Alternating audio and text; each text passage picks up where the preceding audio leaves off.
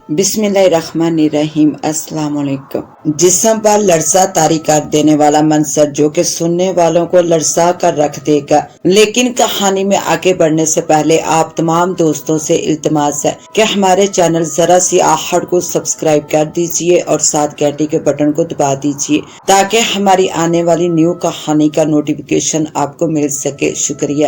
Orient hotel کا شمار سمرقند کے شہر میں بہت خوبصورت اور مہنگے ہوٹلوں میں ہوتا تھا۔ اس میں ایک رات بسر کرنے کے لاکھوں روپے ادا کرنے پڑتے تھے اور اس کے لیے بھی ایک ماہ پہلے بکنگ کروانا پڑتی تھی۔ بنیادی طور پر سمرقند ایک صحرائی ملک ہے، ایک بڑے پیمانے پر پہاڑی سلسلہ جو بلند پہاڑوں کے نام سے جانا جاتا ہے۔ وہ صحرا کے چاروں طرف مغرب، شمال اور مشرقی اطراف میں گرا ہوا ہے، جبکہ جنوب کی طرف سمندر سے جڑا ہے۔ جنوبی ساحل پر واقع مرکزی بندرگاہ شہر ہے جو ساحل کے وسط میں واقع ہے۔ اس ہوٹل کا مالک کارلو تھا جو کہ ایک بہت اچھا انسان تھا، اور اس کی بیوی مارٹینا اور بیٹی ایمی جس کی عمر 6 سال تھی۔ ہوٹل سے اچھی آمدنی ہونے کی وجہ سے اسے کوئی معاشی تنگی نہ تھی اور زندگی بہت آسودہ اور پرسکون بسر ہو رہی تھی۔ پھر یکدم نہ جانے کیا ہوا کہ لوگوں نے اس ہوٹل کے متعلق بہت سی غلط اور پراسرار قسم کی باتیں پھیلانا شروع کر دی،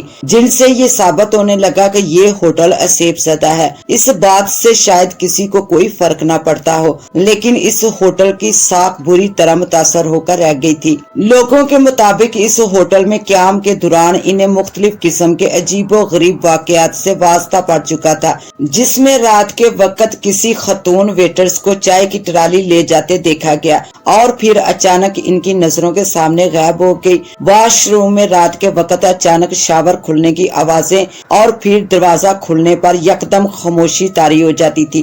کمرے میں خون کے قطروں کی بارش، پلنگ کا زور زور سے ہلنا اور یوں محسوس ہونا جیسے اس کے نیچے کوئی درد سے کرا رہا ہو، وغیرہ وغیرہ۔ ایک نوجوان جوڑے نے تو حد ہی کر دی۔ ان کے مطابق وہ رات کے 2 بجے کے قریب آؤٹنگ کر کے واپس ہوٹل کی 4تھی منزل پر جانے کے لیے سیڑھیاں چڑھ کر جیسے ہی کمرے کے سرے پر پہنچے تو ان کے منہ سے چیخیں نکلنے سے پہلے ہی انہوں نے اپنے منہ پر ہاتھ رکھ لیے۔ انہوں نے دیکھا کہ پورے کمرے میں بہت سے انسانی سر ہوا میں اڑتے پھر رہے تھے اور ان کی کٹی ہوئی گردنوں سے نسیں باہر نکل کر ہوا میں جھول رہی تھی، اور ان سے ٹپکنے والا تازہ تازہ لہو فرش پر بچھے قلین پر بارش کے قطروں کی طرح برس رہا تھا۔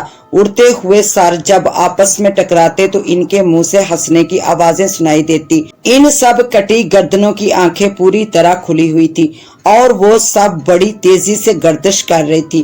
ان کے مطابق وہ دونوں لفٹ خراب ہونے کی وجہ سے سیڑھیاں چڑھ کر اوپر پہنچے تھے، اس لیے کمرے میں داخل ہونے سے پہلے ہی سیڑھیوں کے سرے سے انہیں وہ سب خوفناک اور بھیانک منظر دیکھنے کو مل گیا تھا، کیونکہ رات کا وقت تھا اور 4تھی منزل پر زیادہ تر کمرے خالی تھے۔ صرف 3-4 کمرے بک تھے اور اس وقت ان میں موجود افراد سوئے ہوئے ہوں گے۔ انہیں کیونکہ نیند نہیں آ رہی تھی، اس لیے وہ چہل قدمی کرنے کے لیے ہوٹل سے باہر دور ایک پارک میں چلے گئے تھے۔ ان کے مزید بتانے پر کہ وہ ابھی سکتے کی سی کیفیت میں کھڑے وہ دل دہلا دینے والا منظر دیکھ رہے تھے کہ اچانک جیسے چابی والا کھلونا چابی ختم ہونے پر رک جاتا ہے، ویسے ہی وہ تمام کٹے ہوئے سر فضا میں ٹھہر گئے، لیکن اب ان کی سرخ آنکھوں میں غصہ تھا اور وہ بڑے بھیانک انداز میں ان دونوں کی طرف ہی گور کر دیکھ رہے تھے۔ یہ دیکھ کر ہماری خوف سے حالت خراب ہو گئی جب وہ سب سارے ایک قطار کی صورت میں بندوق سے نکلی گولی کی طرح ان کی جانب بڑھنے لگے۔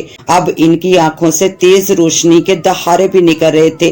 اس سے پہلے کہ وہ ہمارے نزدیک آ کر ہم سے ٹکراتے، ہم دوبارہ واپس پلٹے اور تیزی سے سیڑھیاں اترتے ہوئے اور خوف سے چیختے چلاتے نیچے لاؤنج میں پہنچ گئے۔ ڈر اور خوف کی وجہ سے ہمیں پسینے آ رہے تھے اور ہمارے منہ سے آواز تک نہ نکل رہی تھی۔ لاؤنج میں سناٹا پھیلا ہوا تھا، حتیٰ کہ کاؤنٹر پر موجود شخص جس کی نائٹ ڈیوٹی تھی وہ بھی غائب تھا، یا شاید کسی کام کی وجہ سے کہیں گیا ہو۔ اسی دوران یکدم ہمیں یوں محسوس ہوا جیسے ہمارے پیچھے سیڑھیوں کی طرف سے وہی ہنسنے کی آوازیں ہمارا پیچھا کرتی ہوئی چلی آ رہی ہوں۔ یہ دیکھ کر ہم اندھا دھند بھاگتے ہوئے ہوٹل کے مین گیٹ سے نکل کر باہر سڑک پر آ گئے۔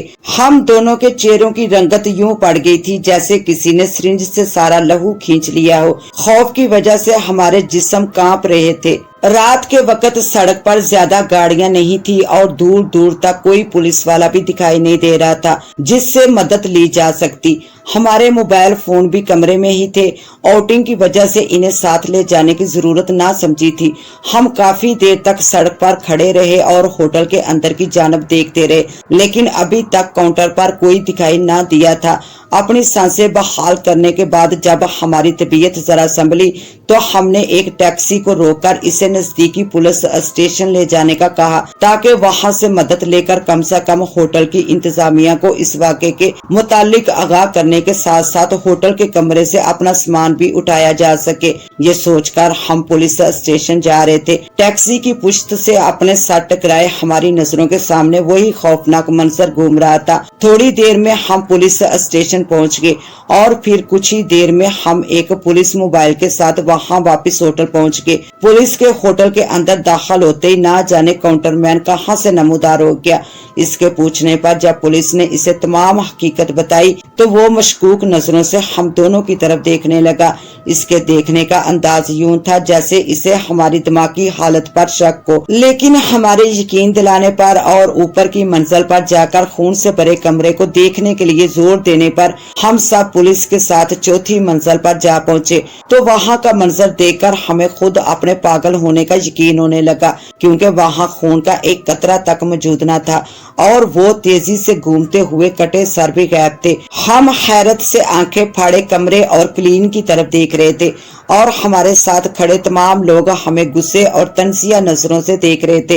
इन सब का अंदाज ऐसा था जैसे अभी कुछ ही देर में वो हम दोनों को पागल खाने भिजवा देंगे, लेकिन हमने इनकी नजरों की परवाह ना करते हुए इनके सामने कमरा खोलकर अपना सामान उठाया और फौरी तौर पर होटल का कमरा छोड़ दिया और दोबारा इस होटल की तरफ कभी रुख ना किया। इसी तरह कुछ और लोगों ने अपने वाकयात बताए कि अक्सर रात में होटल की छत की मुंडेर पर सफेद लिबास में मलबूस एक लड़की को घूमते देखा गया था, जिसके हाथों की उंगलियों में लंबे और नुकीले नाखून दूर से ही वाज़िया दिखाई देते थे और फिर देखते ही देखते वो अचानक धुआं बनकर फजा में तहलील हो जाती थी। ऐसा अक्सर देखा गया था। एक जोड़े ने बताया कि होटल में रिहाइश के दौरान वॉशरूम के कमोड में इसका ढक्कन उठाने पर अचानक इन्हें इसके अंदर किसी औरत का सर दिखाई दिया, जिसकी गर्दन से निकलने वाले खून से तमाम कमोड भरा हुआ था और वो अपनी आंखें खोले ऊपर की जानब देख रही थी। इसकी आंखों की पुतलियां सफेद थी। ये मंजर देखने के बाद उन्होंने फौरी तौर पर होटल छोड़ दिया। एक जोड़े के मुताबिक उन्होंने अपने कमरे में रात के वक्त एक बच्चे को कमरे के कोने में बैठे हुए देखा, जो सर झुकाए यूं बैठा था जैसे कुछ सोच रहा हो। इसके जिस्म की खाल सफेद रंग की थी और इसने एक लंगोट बांध रखा था। फिर यकदम इसने अपना सर ऊपर उठाया और अपनी बेनूर आंखों से इनकी जानब देखने लगा। इससे पहले कि वो दोनों अपने बचाव के लिए चीखते, वो इनकी नजरों के सामने फौरी उठकर दीवार पर यूं चढ़ता चला गया जैसे इसके हाथों में मकनातीस लगे हों। फिर देखते ही देखते वो इनके सामने छत में गायब हो गया। इस वाक़े के बाद उन्होंने होटल का कमरा खाली कर दिया। वो भयानक मंजर आज तक इनकी निगाहों के सामने घूमता रहता है और आज तक वो इसी के मुतालिक सोचते रहते हैं और इन्हें नुकसान पहुंचाए बगैर गायब क्यों हो गया, ये एक राज है। एक नए नवेले जोड़े ने बताया कि होटल में क़याम के दौरान वो एक रात चहलकदमी करते हुए होटल के पिछले हिस्से की तरफ निकल गए। चांद की रोशनी चारों तरफ फैली हुई थी कि अचानक इनकी नजरें इसी भयानक औरत के वजूद पर पड़ी, जो होटल की पिछली दीवार से चिपक कर छिपकली की तरह ऊपर चढ़ती जा रही थी। ये मंजर देखकर खौफ से इनके मुंह से चीखें निकल गई और इनकी आवाज सुनकर वो औरत तेजी से पलटी और यकदम छलांग लगाकर इनकी तरफ उड़ती हुई आई। लेकिन इससे पहले कि वो इनके नजदीक पहुंचकर इन्हें कोई नुकसान पहुंचाने की कोशिश करती, वो चीखते हुए तेजी से होटल के सामने के रुख भागे और सीधे अपने कमरे से सामान उठाकर ऐसे पलटे कि वो दोबारा कभी इस होटल की तरफ रुख ना किया। लोगों की इस तरह की बातों में क्या सदाकत थी, इसके बारे में तो खुदा ही बेहतर जानता था। लेकिन मुकामी पुलिस ने जबरदस्ती ये होटल खाली करवा के इसे असेब ज़दा होटल करार देकर हमेशा के लिए बंद कर दिया। होटल को ज़वाल पजीर होते देखकर इसके मालिक कार्लो ने दिल बर्दाश्ता होकर एक रोज होटल के सामने खुद को आग लगाकर खुदकशी कर ली। ये देखकर लोगों को होटल के मुतालिक सुनी हुई बातों पर यकीन होने लगा और उन्होंने वहां से गुजरना छोड़ दिया। अक्सर लोगों ने रात के वक्त बंद होटल की आखिरी मंजिल की छत पर चांद की रोशनी में होटल के मालिक को टहलते हुए देखा था, जो इनके देखते ही देखते गायब हो जाता था।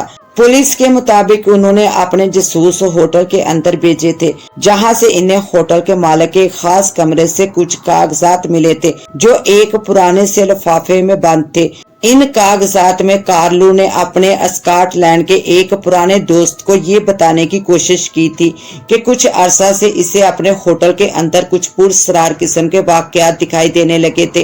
क्योंकि इसके होटल का मामला था, इसलिए इसने किसी से भी इस सिलसिले में मदद लेने का इरादा तर्क कर दिया था। इन कागजात में इसने ये तक बताया था कि आज से 10 साल पहले इस होटल की जमीन पर एक काला इल्म करने वाला माहिर रहता था। इसने यहाँ अपना आस्थाना बनाया हुआ था।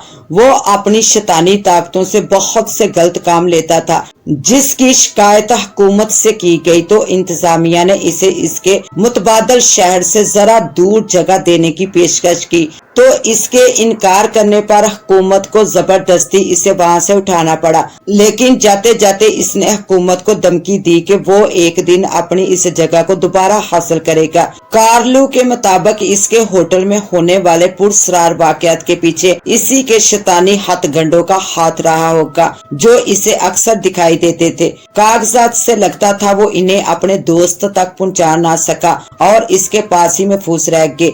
इन कागजात को पढ़कर पुलिस ने ये अंदाजा लगाया कि हो ना हो होटल में होने वाले इन तमाम पुरस्रार वाकयात के पीछे इसी काले इल्म के माहिर का हाथ होगा और इसी ने सबको खौफजदा करके वहां से भागने पर मजबूर किया होगा। और हकीकत में वो अपने मकसद में कामयाब भी हो गया कि इसने न सिर्फ अपनी जगह दोबारा हासिल कर ली, बल्कि होटल के मालिक से अपना बदला लेते हुए इसे खुदकशी करने पर मजबूर कर दिया। इस तमाम हकीकत से वाकिफ होने के बाद पुलिस ने एक बोर्ड पर असेब ज़दा होटल लिखवाकर होटल के मेन गेट के सामने नस्ब कर दिया और लोगों को वहां से दूर रहने की सख्त हदायत भी कर दी। आज भी इस होटल के अंदर से कभी कभार रात के वक्त चीखों की आवाजें सुनाई देती हैं। इंतहाई भयानक और खौफ में डूबी हुई चीखें सुनाई देती हैं। इसके साथ ही अब मुझे दे इजाजत, मिलते हैं इंशाल्लाह एक न्यू कहानी के साथ। तब तक के लिए अल्लाह निगहबान।